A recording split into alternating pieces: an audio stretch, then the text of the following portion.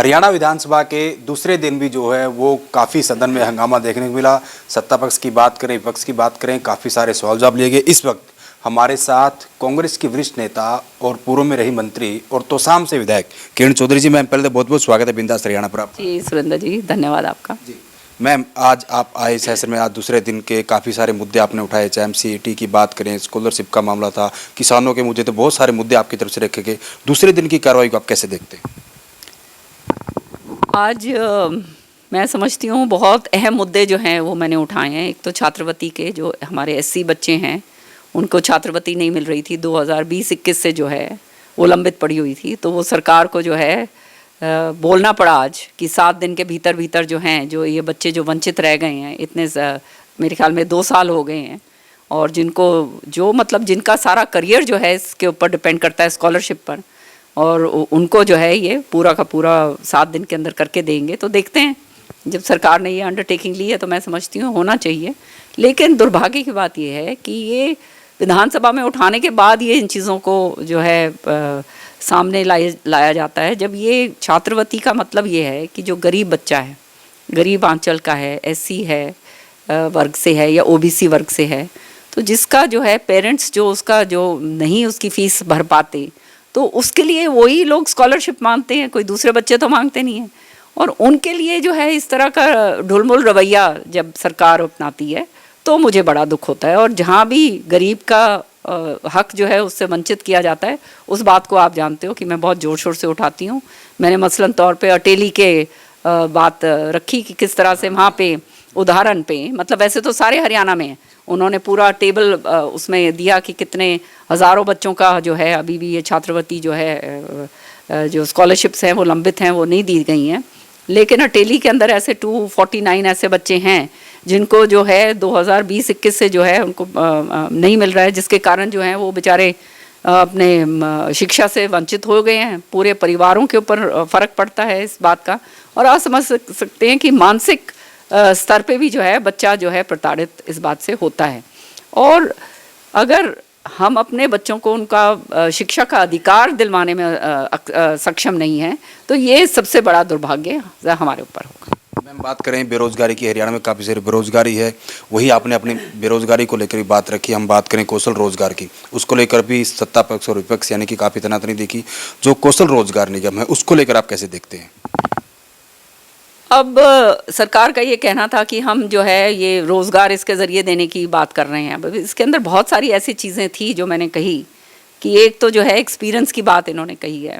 जो एक्सपीरियंस है कि कौन सा कोई भी मापदंड क्राइटेरिया जो है वो सेटल नहीं करा गया है। अब जैसे कोई भी अगर पब्लिक हेल्थ का महकमा मांग रहा है या कोई और महकमा मांग रहा है कि उनके पास इतना जो है वेरविदौल नहीं है कि वो किस तरह से ये इनको कौशल रोज़गार के अंदर जो है उनको सम्मिलित करेंगे।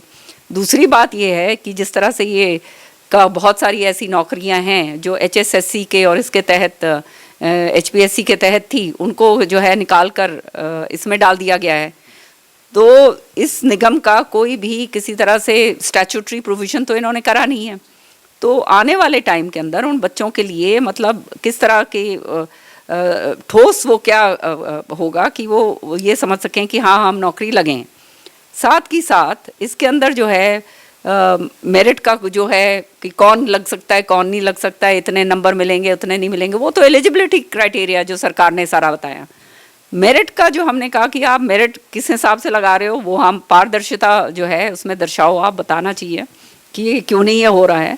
तो उसके अंदर जो उन्होंने ये कहा कि मैंने ये कहा कि आप उसको जो है पब्लिक डोमेन के अंदर वो मेरिट लिस्ट के ऊपर जो आप लगाते हो, जोन से विभाग के अंदर लगा रहे हो, उसको पूरी तरह से आपको उजागर करना चाहिए। उसके ऊपर भी कहने वाली कोई बात नहीं थी। साथ ही साथ जैसे SC के बच्चे हैं, OBC के बच्चे हैं, जैसे रिजर्वेशन बाकी जगह पर है, तो इसके अंदर भी उसी स्ट्रीम के अंदर जो है रिजर्वेशन होना चाहिए। तो ये सारी चीज़ें जो हैं, और इतनी लाख जो नौकरियां हैं जो आज के दिन लंबित पड़ी हुई हैं, और आप कौशल रोज़गार योजना के तहत जो है 22-22 हज़ार रुपये देकर ये जो PGT TGT टीचर्स आप लगा रहे हैं, अब कई महिलाएं जो हैं उसके अंदर लग तो गई हैं, जिनको बेचारों को ज़रूरत है वो तो लगते हैं, लेकिन उनके गृह जिलों के अंदर जगह खाली होने के बावजूद उनको जो है कहीं इधर उधर बाहर भेजा जा रहा है। अब 22,000 के अंदर वो किस तरह से बसर करेंगी, बाहर ज़िलों के अंदर जाके किस तरह से काम कर पाएंगे, और फिर इसका जो है क्या क्या क्राइटेरिया है और कितने दिन तक ये रोज़गार आपको मिलेगा, ये सरकार को साफ करना चाहिए। तो ये सारी की सारी बहुत सारी इस तरह की बातें जो हैं वो मैंने इसके अंदर रखी, जो सरकार को जो मैंने पूछी गई, आधों का सवाल के जवाब मिले, आधों के नहीं मिले। एक मैम परिवार पहचान पत्र की बात करें, उसके साथ साथ प्रॉपर्टी आईडी की बात करें, ये मुद्दा भी उठा और मुझे ध्यान है आपने पहले भी सेशन में आपने बात की कि जो परिवार पहचान पत्र सरकार लेके आई, इसमें कहीं ना कहीं डाटा लीक होने का खतरा था, आपने इस तरह की बात भी रखी थी उस समय। ये परिवार पहचान पत्र जो है ये डाटा क्रिएट करके और इसको इकट्ठा करने का एक सिलसिला जो है ये है। सच्चाई ये है कि जिनका शुरू में अब जो ये डाटा परिवार पहचान पत्र जो बनाया तो उसके अंदर लोगों को पता तो था नहीं कि क्या होने वाला है, तो पता नहीं अनाप शनाप भी भर दिया, सारा कुछ है। अब उसके रेक्टिफिकेशन के लिए जो है वो दर बदर की ठोकरें खाते हैं। पोर्टल की बात करी जाती है, देखो टेक्नोलॉजी जो होती है वो मदद करने के लिए होती है, एंड टेक्नोलॉजी अगर उसको सही इस्तेमाल करा जाए और उसका सही इस्तेमाल हो रहा हो तो उससे अच्छी कोई बात नहीं है, और ये सरकार का अच्छा कदम है, मैं ये कहूँगी। लेकिन दुर्भाग्य की बात यह है कि जो टेक्नोलॉजी ये इस्तेमाल कर रहे हैं, आधे समय पर तो इंटरनेट नहीं होता, आधे समय पर जो पोर्टल्स जो हैं वो उनको बंद करके रखा जाता है। तो जो विधानसभा में जो बात कही जाती है और जो ज़मीन के ऊपर जो ज़मीनी स्तर के ऊपर जो बात है, वो दोनों चीज़ के अंदर बहुत ज़्यादा अंतर है, और नतीजा ये है कि ये गले की फांस बन गए हैं लोगों के। जो हमारे कोई इतने पढ़े लिखे लोग तो है नहीं कि वो पोर्टल का पूरी तरह से इस्तेमाल कर लें, सारा कुछ वो दर बदर की ठोकरें बेचारे खाए रहते हैं, चाहे ये किसानों की बात हो, चाहे हमारे नौजवान बच्चों की बात हो। तो इस तरह से जो है ये सारा का सारा काम जो है ये चल रहा है। इसी तरह से जो है कॉमन एलिजिबिलिटी टेस्ट है, ये CET जिसको कहते हैं, ये जो है इन्होंने कर तो दिया, और लाखों बच्चों ने जो है आपने देखा कि कितनी बेरोज़गारी आज के दिन जो है हरियाणा की बेरोज़गारी दर जो है 30.6% CMI के आंकड़ों के मुताबिक है। तो ये अपने आप में बहुत ज़्यादा दुर्भाग्यपूर्ण और डरावना जो आंकड़े हैं ये। तो ये बच्चे जो हैं ये अब कॉमन एलिजिबिलिटी टेस्ट दे के आ रहे हैं, ये कोई इस टेस्ट से उनको नौकरी नहीं मिलने वाली, ये टेस्ट देंगे एलिजिबिलिटी के लिए कि जो मेरिट के अंदर आएंगे वो फिर मेरिट वाले जो बच्चे होंगे वो अलग अलग विभाग के जब एग्ज़ाम्स होंगे उसके अंदर वो बैठ पाएंगे। तो ये टेस्ट जो है 3 साल के लिए इन्होंने बना दिया है। अब 3 साल के लिए जो आपने बना दिया तो 3 साल तक जो है जो बच्चा इस बारी जो CET नहीं दे पाया किसी कारणवश, वो क्या करेगा, वो 3 साल तक दर बदर की ठोकरें खाएगा या कहीं इधर उधर जाएगा। उसको तो सरकार के लिए वो कोई उसके लिए वो एलिजिबल हो ही नहीं पाएगा। सो ये मैंने कहा कि आप इस टेस्ट को हर साल करिए, ताकि जो बच्चे उसमें बैठना चाहते हैं, जो एलिजिबिलिटी आप बनाना चाहते हो, हर साल बनाओ। इसमें क्या सरकार के लिए क्या मुश्किल काम है। तो मुझे तो समझ आई नहीं कि ये 3 साल का जो ये इन्होंने करा है, ये तो बिल्कुल ही बेतुका काम है, और ये जो है हमारे बच्चों के लिए बहुत ही जो है वो कहते हैं ना तनावपूर्ण स्थिति जो है कर दी है कि अब क्या करें, हम सारे के सारे इकट्ठे होकर वो कर रहे हैं। अब जो छोटे बच्चे हैं जो उस लेवल तक आएंगे वो 3 साल तक कहाँ जाएंगे, दे हैव नो एवेन्यू, सरकारी नौकरी उनको वो के लिए वो बैठ ही नहीं पाएंगे। सो ये सारी चीज़ें जो हैं विधानसभा के अंदर बड़े ज़ोर शोर से जो है आज मैंने उठाई हैं। जनहित के मुद्दे हैं, आप जानते हो, और ये जनहित के मुद्दे मेरे पास जो भी इश्यूज आते हैं उसको मैं उठाती हूँ।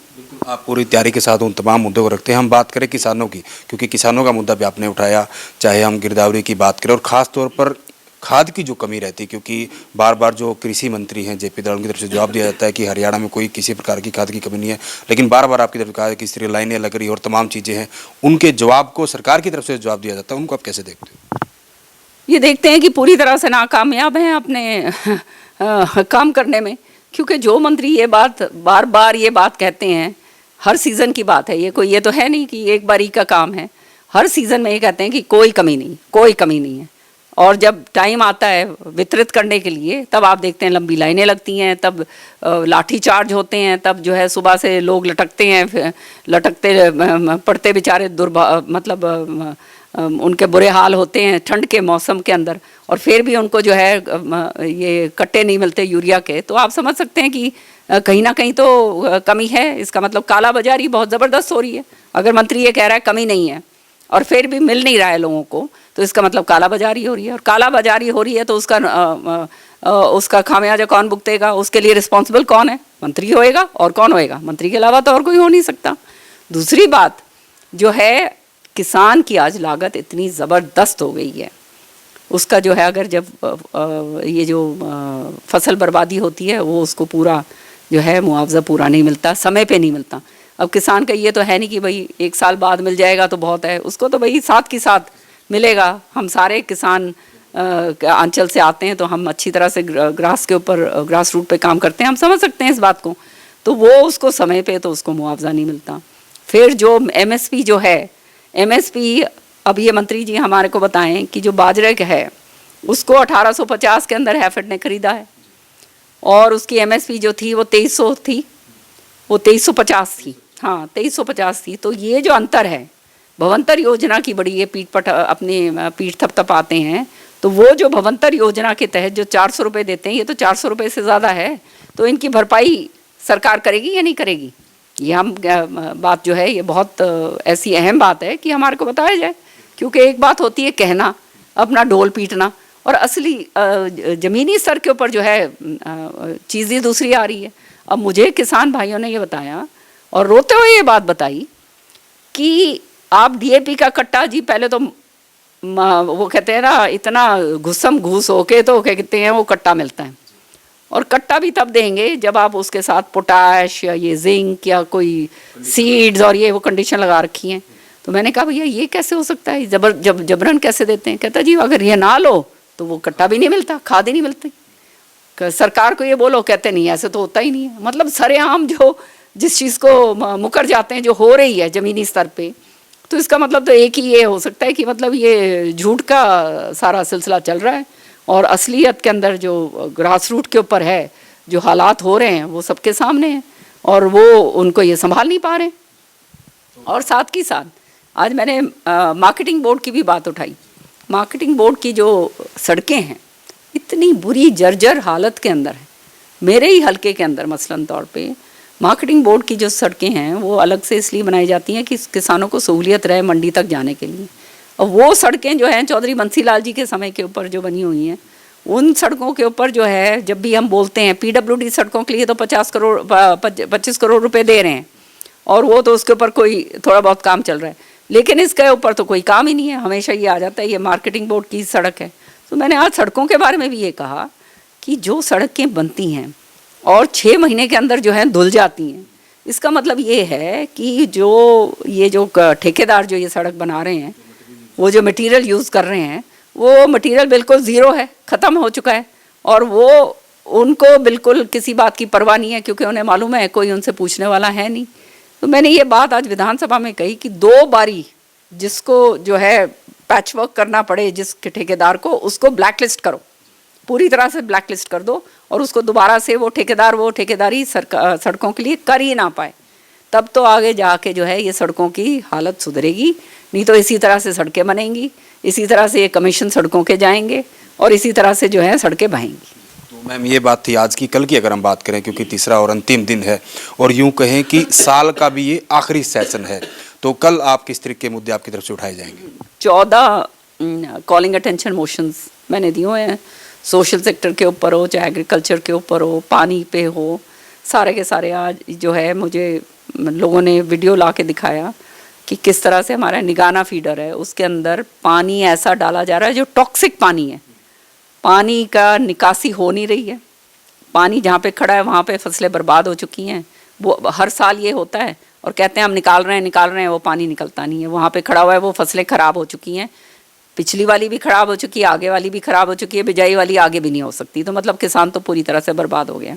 इसी तरह से जो पानी पीने को मिल रहा है वो आप जैसे जमुना का देखते हैं ना, वो सफ़ेद फोम, उस तरह से वो फीडर के अंदर मेरे को आज ला के उन्होंने वीडियो भेजी है। कल मैं वीडियो ये दिखाऊंगी विधानसभा के अंदर कि ये हालात क्या हो रहे हैं, कि ये इस तरह से लोग जो हैं ये पानी पिएंगे या इनको आप मारने पे तुले हुए हो, ये हालात जो हैं हो रहे हैं। तो ये सारी चीज़ें जो हैं जो जनहित के मुद्दे हैं, चाहे इसके अंदर बहुत सारे और मेरे पास जो है सीनियर सिटीजन्स ने भी बहुत कुछ बात कही है हमारे पास, और ये जो 0 आवर के लिए जो है बहुत सारा मटेरियल है। अब बोलने देंगे तब की बात है, आप जानते हो बोलने में तो मैं कसर छोड़ती नहीं हूँ। एक मैम अगर आज की ही बात करें, जब सवाल जवाब चल रहे थे तो कैबिनेट मंत्री कमल गुप्ता की तरफ से एक कहीं न कहीं कटाक्ष किया गया आपकी भारत जोड़ो यात्रा पर। उनके उस कटाक्ष के बाद कहीं न कहीं काफ़ी सारा हंगामा हुआ आपकी तरफ से, कांग्रेस की तरफ से। आप उनके बयान को कैसे देखते हैं? मैं एक चीज़ मानती हूँ, देखो राजनीति के अंदर हम हैं और कोई कभी हम पक्ष में हैं कभी विपक्ष में हैं, तो ये सरकारें कभी इधर बैठती है कभी उधर बैठती है, विपक्ष बैठता है उधर, पक्ष सत्ता पक्ष इस तरह बैठता है। मान मर्यादा की लैंग्वेज जो है हमेशा इस्तेमाल करनी चाहिए, चाहे कोई भी हो। और वो बात अगर सदन के अंदर नहीं होती है तो ये इसका मतलब हम समझ सकते हैं कि हमारा जो राजनीतिक स्तर है वो बहुत बुरी तरह से गिरता जा रहा है, जो नहीं होना चाहिए। और लोगों को इस बात का नोट करना चाहिए कि इस तरह का काम जो भी करता है उसका जो है लोगों को उसको अप्रिशिएट नहीं करना चाहिए। एक सवाल मैम आपसे व्यक्तिगत जुड़ा हुआ, क्योंकि उसका आपको ही पता है। आपके दो तरह के शुभचिंतक हैं, एक शुभचिंतक आप जानते हैं और दूसरे भी शुभचिंतक है। तो जो दोनों ही शुभचिंतक है वो जानना चाहते हैं कि किस तरह से अफवाह चल रही है या फिर यूं जो चर्चाएं हैं कि किरण चौधरी जो है वो बीजेपी में शामिल हो सकती है, उनकी आप चर्चा कैसे देखते हैं? देखो चर्चा मेरे बारे में चलती है तो कोई अहमियत मेरे होगी, अंदर कोई खूबी होगी, इसलिए चर्चा चलती है। और ये चर्चा चलाने वाले, जैसे आपने कहा शुभचिंतक, मेरी पार्टी में आज ही 2 विधायक जो है उनको मैंने इस बात पे टोका टोकी भी करी है। सो ये जो इस तरह की जो बातें करते हैं उनकी अपना कोई वजूद नहीं है और अपने आप जो है वो अपना भी नाश कर रहे हैं, अपनी पार्टी का नाश कर रहे हैं। क्योंकि इस तरह की बातें जो फजूल की बातें करी जाती हैं उससे किसी को फ़ायदा होने वाला नहीं है। और ऐसों लोगों के जो आका हैं उनको भी समझ लेना चाहिए कि इससे किरण चौधरी को कोई नुकसान नहीं है। ऐसी चर्चाओं से जो है आप तो मेरा स्टैचर बढ़ा रहे हैं और आप अगर इस तरह की बातें आप करेंगे तो आप करते जाइए, मैंने तो अपना काम करना है और नियत ईमानदारी के साथ मैं अपना काम करती हूँ, वो सब देखते हैं। कि मैम आपने अगर बात करें, किरण आपके समक्ष आपने कार्यक्रम किया, हरियाणा के काफ़ी जिलों में आप गए और काफ़ी सारा समर्थन कहीं न कहीं आपको मिला। क्या आपको लगता है कि उससे कहीं न कहीं घबराहट है कि किरण चौधरी जो पहले शांत थी अब लोगों के बीच जा रही है, अपना जो गृह जिला उससे भी अलग अलग पूरे हरियाणा में घूम रही है, क्या इस तरह की चर्चा उनको कोई खतरा लग रहा है? शांत में थी, लेकिन जब शांत को अशांत कर दिया जाए तो उसका नतीजा यही होता है। और मेरे लोग जो हैं, हमारे समर्थक, हमारे शुभचिंतक, उस तरह के शुभचिंतक नहीं जो सच्चे शुभचिंतक हैं, पूरे हरियाणा के अंदर फैले हुए हैं। और आज सारा हरियाणा जानता है कि आज मेरे पास ना तो मैं विपक्ष की नेता हूँ, ना मैं पीसीसी की प्रेसिडेंट हूँ, एक एमएलए हूँ, लेकिन पूरे हरियाणा के अंदर जिले वाइज जो है ऑन माय ओन लेवल मैं दम रखती हूँ। हर एक ज़िले के अंदर, हर एक कॉन्स्टिट्यूंसी के अंदर मैं दम रखती हूँ और इस बात से कोई नकार नहीं सकता। और अगर कोई नकारना चाहता है नकारे। तो ये बात जो है सबको समझ आ गई है मेरे ख्याल में। और मेरे जो लोग हैं जो हमारे पार्टी के साथ हमारे साथ जुड़े हुए हैं, उनको जो है पूरी तरह से दरकिनारे अगर रखने की कोशिश करी जाएगी तो आप समझ सकते हैं कि फिर आने वाले समय में हमारी पार्टी को उसका खामियाजा भुगतना पड़ेगा। तो मैं तो ये चाहती हूँ कि पार्टी जुड़ के अगर चलेगी, सबको लेकर साथ चलेंगे तो हम सारे के सारे आगे बढ़ेंगे, तभी हमारी सरकार आएगी, नहीं तो सरकार नहीं आ सकती। और अगर रवैया ऐसा रहा कि एक तरफ अलग थलग कर दो तो उसका खामियाजा जो वाले एक तरफ अलग थलग करने की सोच में है उनको भुगतना पड़ेगा। मैम पूर्व मंत्री हैं कृष्ण मूर्ति हुड्डा, वो लगातार कहीं न कहीं आपके बयानों का समर्थन भी करते हैं कि कहीं न कहीं आपको परेशान किया जा रहा है, इस तरह की अफवाहें फैलाई जा रही है। लेकिन उन्होंने पूर्व मुख्यमंत्री भूपेंद्र सिंह हुड्डा और उनके बेटे पर एक बार नहीं बहुत बार आरोप लगाए कि कहीं न कहीं जो रोहतक के लोग हैं और खासकर गढ़ी सांपला किरोई के लोग हैं, नौकरी के नाम पर पैसे खाए, हमारे लोगों के साथ धोखा किया।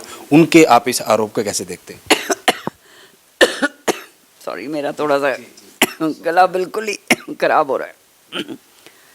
देखो, ये सारा जो घटनाक्रम हुआ है, इससे बहुत सारे ऐसे लोग जो मैं कभी सोच भी नहीं सकती थी जो मेरा समर्थन करेंगे, वो उन्होंने समर्थन मुझे दिया है, इतना प्यार और मान सम्मान दिया है।